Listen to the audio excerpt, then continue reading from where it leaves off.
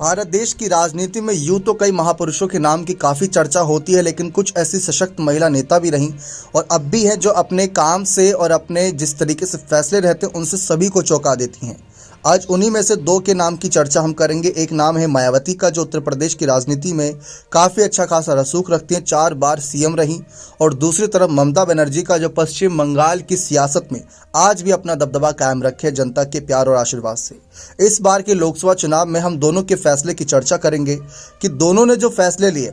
मायावती ने शुरुआत में अलायंस से अलग होने का फैसला करा, यानी कि वो अकेले चुनाव लड़ने का फैसला सुनाई, लेकिन ममता बनर्जी का भी अकेला ही चुनाव लड़ना इस बार। लेकिन सबने आपने देखा था कि वह शुरुआत में इंडिया दल का हिस्सा बनी थी कुछ दिनों के लिए।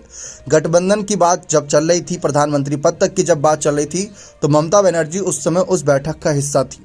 तो दोनों की रणनीतियों में अंतर है, लेकिन नतीजा एक ही है कि दोनों ही अब अकेले अकेले चुनाव लड़ रही हैं। ममता बनर्जी ने अपने पश्चिम बंगाल की 42 सीटों पर कैंडिडेट को लेकर घोषणा कर दी है, बड़ा ऐलान किया। दूसरी तरफ मायावती की बसपा उत्तर प्रदेश में 80 सीटों पर अकेले ही राजनीतिक रोटियां सेकना चाह रही हैं।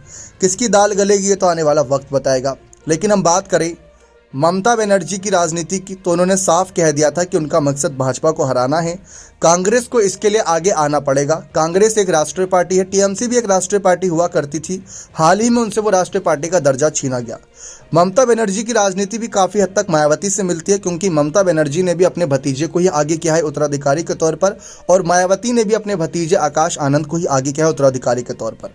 अब हाल फिलहाल में टीएमसी से उनके राष्ट्रीय पार्टी का दर्जा छिनता नजर आया, क्योंकि उसकी भी जो नियम है वह शायद उन नियमों के पार नहीं जा पाई, इसी वजह से वह दर्जा छिन गया। मायावती की बसपा का भी लगातार अलग अलग राज्यों में ग्राफ गिरता जा रहा है, वोट परसेंटेज गिरता जा रहा है। एक क्राइटेरिया होता है, उस क्राइटेरिया के अंतर्गत आप राष्ट्रीय पार्टी का दर्जा प्राप्त रख सकते हैं। 6 पार्टियों में से एक मायावती की बसपा भी राष्ट्रीय पार्टी है।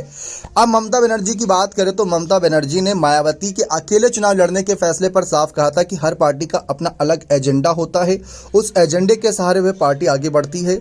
और इस वक्त तो ईडी सीबीआई के डर की वजह से भी कई पार्टियां खामोश बैठी हैं। अब मायावती इन दोनों कारणों में से किसकी वजह से खामोश बैठी हैं ये आप भी भली भांति जानते हैं। जनता सब बात जानती, जनता से कुछ छुपा नहीं है।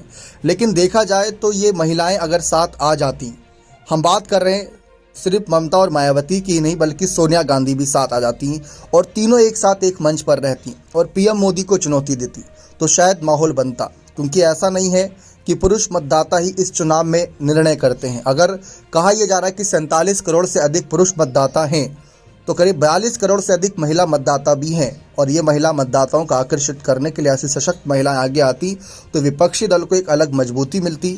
लेकिन इस बार वो हो ना सका। अब सब अकेले अकेले चुनावी मैदान में हैं। सोनिया गांधी तो लोकसभा चुनाव तो लड़ ही नहीं रही।